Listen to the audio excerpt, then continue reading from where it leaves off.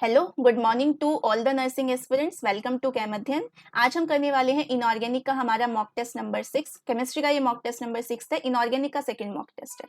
ठीक है, इससे पहले हम 1 to 20 क्वेश्चंस कर चुके हैं। आज हम करेंगे 21 से 40 तक क्वेश्चन। और ये जो क्वेश्चंस हैं ये आपको बहुत फायदा देंगे, क्योंकि एग्जैक्टली ऐसे question last time PGI Rohtak वाले में पूछे गए थे। जब हमने लास्ट में मैराथन सीरीज की थी, उससे बहुत ज्यादा क्वेश्चन आए थे।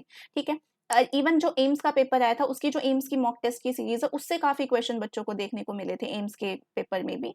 ठीक है, तो ये जो मैराथन सीरीज या जो ये जो मॉक टेस्ट की सीरीज होती है, ये काफी इंपॉर्टेंट होती हैं। जितना मुझे एक्सपीरियंस है उसके बेसिस पे बहुत अच्छे क्वेश्चन मैंने पुट करने की कोशिश की है, जो इसमें पीवाईक्यू भी आपके इंक्लूडेड है, प्लस मोस्ट एक्सपेक्टेड क्वेश्चन है जो आपके पेपर में आ सकते हैं। तो बहुत अच्छे से करिए। इवन मैं हर क्वेश्चन को बहुत डिटेल में समझाती हूँ, ताकि आपका जो कंसेप्ट है वो रिवाइज हो जाए। ठीक है, तो बहुत अच्छे से करिए। आप अपना कमेंट मुझे कमेंट में आप अपना स्कोर बताया करिए कि आपके इतने 20 में से कितने मार्क्स आपने स्कोर किए हैं, कितना आपको और पढ़ने की जरूरत है। आपको कोई डाउट होता है तो आप मुझसे टेलीग्राम पे पूछ सकते हैं, या फिर आप मुझसे कमेंट सेक्शन में भी पूछ सकते हैं। मैं कोशिश पूरी करती हूँ कि मैं रिप्लाई करूँ, लेकिन फिर वही बहुत ज़्यादा हेक्टिक शेड्यूल हो जाता है कि मुझे ऑफलाइन क्लासेस भी लेनी पड़ती हैं, फिर यूट्यूब की क्लासेस भी लेनी पड़ती हैं। ठीक है, और फिर इतने सारे बच्चों के ऑफलाइन भी डाउट आते हैं, आपके भी डाउट आते हैं, तो मैं सारे कमेंट पढ़ नहीं पाती। ठीक है, लेकिन मैं कोशिश पूरी करती हूँ जब भी मुझे फ्री टाइम मिलता है कि मैं आप सभी का रिप्लाई कर पाऊँ। ठीक है, तो हम एक लाइव सेशन कंडक्ट कर लेंगे 1-2 दिन में। उसमें आप मुझे से सारे अपने डाउट पूछ सकते हैं, क्लियर कर सकते हैं। ठीक है, and secondly I would like to thank all of you कि हमने इतने कम टाइम में इतना अच्छा ये जो चैनल ग्रो किया है, ये सिर्फ आपकी वजह से किया है, आपके सपोर्ट की वजह से किया है। So thank you very much इस चैनल को अपना इतना सपोर्ट दिखाने के लिए और एक विश्वास दिखाने के लिए कि हाँ, यहाँ से हम एक अच्छी तैयारी कर सकते हैं। So thank you very much. And बिना किसी देरी के हम ये शुरू करते हैं। मैं आपका बहुत ज़्यादा टाइम वेस्ट नहीं करूँगी। हम ये शुरू करते हैं mock test.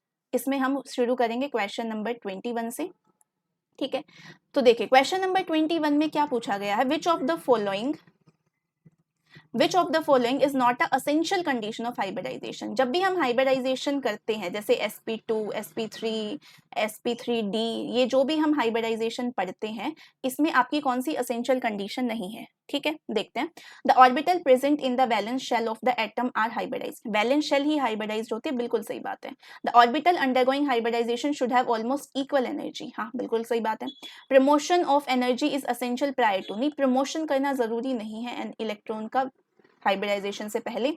Only half filled orbital participate. नहीं, ऐसी भी कोई कंडीशन नहीं है कि सिर्फ हाफ फिल्ड ही पार्टिसिपेट करेंगे, सारे ऑर्बिटल पार्टिसिपेट कर सकते हैं। तो यहाँ पे आपकी थर्ड और फोर्थ जो है वो कोई असेंशियल कंडीशन नहीं है हाइब्रिडाइजेशन के लिए। ठीक है, नेक्स्ट हम बात करते हैं क्वेश्चन नंबर 22। क्वेश्चन नंबर 22 में पूछा है which when two atomic orbital combine they form one molecular orbital, two molecular orbital. ये हम एमओटी में पढ़ते हैं, मॉलिक्यूलर ऑर्बिटल थ्योरी। अगर 1s और 1s कंबाइन करती हैं तो क्या बनाते हैं, सिग्मा 1s एंड सिग्मा। हाँ, नीचे आपकी सिग्मा 1s आती है, ऊपर आपकी सिग्मा स्टार आती है। नीचे आपकी बॉन्डिंग आती है, ऊपर आपकी एंटी बॉन्डिंग आती है। ठीक है, ये बात आपको ध्यान रखनी है। ठीक है, तो यहाँ पे सिग्मा 1s आ जाएगी, सिग्मा स्टार। तो एक जो आपकी दो एटॉमिक ऑर्बिटल थी, उससे आपकी दो ही मॉलिक्यूलर ऑर्बिटल्स बनी है, तो यहाँ पे आ जाएगा 2। जितनी एटॉमिक ऑर्बिटल कंबाइन करती हैं, उतनी ही मॉलिक्यूलर ऑर्बिटल फॉर्म करती है। ठीक है, नेक्स्ट देखते हैं question number 23। Paramagnetism is exhibited by molecule. Paramagnetism क्या होता है, अनपेयर्ड इलेक्ट्रॉन। ठीक है, जिसमें अगर एक भी अनपेयर्ड इलेक्ट्रॉन है तो उसे पैरामैग्नेटिक बोला जाता है। ठीक है, तो paramagnetism is exhibited by not attracted into magnetic field, नहीं। कंटेनिंग ओनली पेयर्ड इलेक्ट्रॉन, नहीं। कैरिंग पॉजिटिव चार्ज, नहीं। कंटेनिंग अनपेयर्ड इलेक्ट्रॉन, जिसमें अनपेयर्ड इलेक्ट्रॉन होगा उसे पैरामैग्नेटिक बोला जाएगा। उसी को हम पैरामैग्नेटिज्म बोलते हैं। ठीक है, क्वेश्चन नंबर 24 देखते हैं। The difference in energy between molecular orbital formed and combining atomic orbital. ठीक है, मॉलिक्यूलर ऑर्बिटल जो बनी है, जैसे अभी हमने देखा था sigma star 1s, sigma 1s किससे बनी है, 1s एटॉमिक ऑर्बिटल से बनी है। तो ये 1s जो है ये एटॉमिक ऑर्बिटल है। Sigma star 1s, sigma 1s ये आपकी मॉलिक्यूलर ऑर्बिटल है। तो डिफरेंस जो होता है इनके एनर्जी के बीच में, उसे क्या कहते हैं, हम स्टेबलाइजेशन एनर्जी कहते हैं। ठीक है, नेक्स्ट देखते हैं। The valence shell of transition metal consist of. जो वैलेंस शेल है किसकी, ट्रांजिशन मेटल की, यानी डी ब्लॉक एलिमेंट्स की यहाँ पे बात हो रही है। तो उसमें कौन सी ऑर्बिटल होती है, n-1d वैलेंस में, और एक ns, ये होती है आपके पास। ठीक है, तो n-1d और ns, ये आपकी क्या रहेगी, वैलेंस ऑर्बिटल रहेंगी। ठीक है, नेक्स्ट देखते हैं number of unpaired electron. Number of unpaired electron इन निकल 2 पॉजिटिव। सबसे पहले निकल की कॉन्फ़िगरेशन देखते हैं। हमारे पास क्या होती है, 3d8 4s2। अगर मैं निकल 2 पॉजिटिव की बात कर रही हूँ तो मैं 2 इलेक्ट्रॉन यहाँ से, पहले इलेक्ट्रॉन s में से निकलेगा देन d में से निकलेगा, तो इलेक्ट्रॉन आपके बच जाएंगे 3d8। ठीक है, अब d ऑर्बिट इसको अगर हम फुल करते हैं तो 1 2 3 4 5 6 7 8, तो अनपेयर्ड इलेक्ट्रॉन कितने बचे हैं 2, तो आंसर कितना हो जाएगा 2। ठीक है, नेक्स्ट देखते हैं question number 27। Which of the following element is not a member of transition element. Transition element का मेंबर कौन सा नहीं है? जिंक होता है, ठीक है, प्लैटिनम भी होता है, मोलिब्डेनम भी होता है, लेकिन सीरियम जो है ये एफ ब्लॉक का होता है। एफ ब्लॉक में लेंथेनॉइड एलिमेंट है ये। ठीक है, फर्स्ट जो लेंथेनॉइड एलिमेंट है वो सीरियम ही है। ठीक है, नेक्स्ट हम देखते हैं question number 28। The number of unpaired electron in gaseous species, manganese 3 positive. Manganese की कॉन्फिगरेशन होती है 3d5 4s2, 3 इलेक्ट्रॉन निकल जाएंगे तो वो बच जाएगी 3d4। अनपेयर्ड इलेक्ट्रॉन कितने हो जाएंगे 4। क्रोमियम 3 पॉजिटिव में देखें तो इसकी कॉन्फिगरेशन होती है 3d5 4s1, 3 इलेक्ट्रॉन अगर हम इसके अंदर से निकाल देंगे तो इसमें बचेगा हमारे पास 3d3। ठीक है, उसके बाद वेनेडियम 3 पॉजिटिव की देखेंगे तो स्कैंडियम टाइटेनियम वेनेडियम, इसकी कॉन्फिगरेशन होती है 3d3 4s2, 3 इलेक्ट्रॉन अगर निकाल देंगे तो 3d2 बचेगा, इसमें 3 अनपेयर्ड इलेक्ट्रॉन, इसमें 2 अनपेयर्ड इलेक्ट्रॉन, तो 4 3 2 आपका आंसर आ जाएगा। ओके, सो ये दोनों आपके सेम दे रखे हैं। ठीक है, तो ए और सी दोनों पॉसिबल हो सकते हैं। ठीक है, नेक्स्ट हम देखते हैं question number 29। The last electron in d block element goes to. जो आपका लास्ट इलेक्ट्रॉन होता है डी ब्लॉक एलिमेंट्स का वो कौन से में जाता है? तो आपकी वैलेंस शेल जो होती है वो n-1d और ns होती है। ns तो 2 होती है, फुली फिल्ड होती है, तो लास्ट इलेक्ट्रॉन आपका किस में जाता है? डी ऑर्बिटल में, इसीलिए उसे डी ब्लॉक बोला जाता है। तो यहाँ पे आ जाएगा n-1d ऑर्बिटल। ठीक है, क्वेश्चन नंबर 30 देखते हैं। The element which exhibit both vertical and horizontal similarity. ठीक है, कौन सा ऐसा एलिमेंट, कौन से ऐसे एलिमेंट है जो हॉरिजॉन्टल और वर्टिकल सिमिलैरिटी शो करते हैं? तो वो इकलौता ट्रांजिशन एलिमेंट ही हो सकते हैं डी ब्लॉक एलिमेंट्स। ठीक है, नेक्स्ट देखते हैं question number 31। The outer electronic configuration of silver is 4d10 5s1, it belongs to.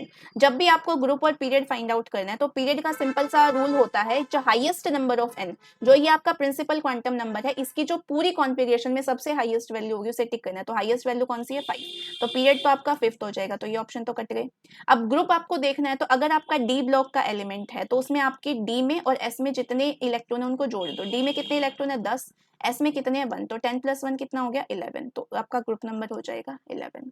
ठीक है, अब जिन बच्चों को ये अगर समझ नहीं आ रहा है तो मैंने पीरियोडिक टेबल पीरियोडिसिटी का जो है एक 1 शॉट लेक्चर प्रिपेयर कर रखा है, वहां से इसे समझ सकते हैं। ठीक है, केमिकल बॉन्डिंग का भी हमने करा चुका है और हमने पीरियोडिक टेबल भी कर चुका है 1 शॉट लेक्चर में, तो आप वहां से जाके समझ सकते हैं। नेक्स्ट हम देखते हैं question number 32। Manganese belong to, manganese यानी Mn, जिसकी कॉन्फिगरेशन होती है 3d5 4s2, तो ये आपका कौन सी ट्रांजिशन सीरीज में होता है? ये आपका फर्स्ट ट्रांजिशन सीरीज में होता है, या फिर हम इसे 3d ट्रांजिशन सीरीज भी बोलते हैं। ठीक है, question number 33। The transition metal have less tendency to form ion. Transition metal की कम टेंडेंसी होती है आयन को फॉर्म करने की। रीजन क्या होता है? High ionization enthalpy, low heat of hydration of ions, high heat of sublimation. High ionization enthalpy, ठीक है, सही बात है, low heat of hydration of ions and high heat of sublimation, तो आपके सारे आंसर यहाँ पे रहेंगे ठीक। ठीक है, नेक्स्ट देखते हैं। तो common oxidation state of titanium are. Titanium की कॉन्फिगरेशन होती है हमारी स्कैंडियम टाइटेनियम 3d2 4s2, तो यहाँ से 2 इलेक्ट्रॉन निकल सकते हैं तो +2, 2 इलेक्ट्रॉन यहाँ से, 1 इलेक्ट्रॉन यहाँ से +3 भी हो सकता है, दोनों इलेक्ट्रॉन 4 के 4 इलेक्ट्रॉन निकाले तो +4 भी हो सकता है, तो 2 3 एंड 4 आपका आंसर हो जाएगा। ठीक है, maximum oxidation state is shown by, पूरे डी ब्लॉक की यहाँ पे बात हो रही है, इसने पर्टिकुलर मेंशन नहीं किया कि 3d बताओ या फर्स्ट ट्रांजिशन सीरीज बताओ, तो यहाँ पे आ जाएगा ओस्मियम जिसका होता है +8।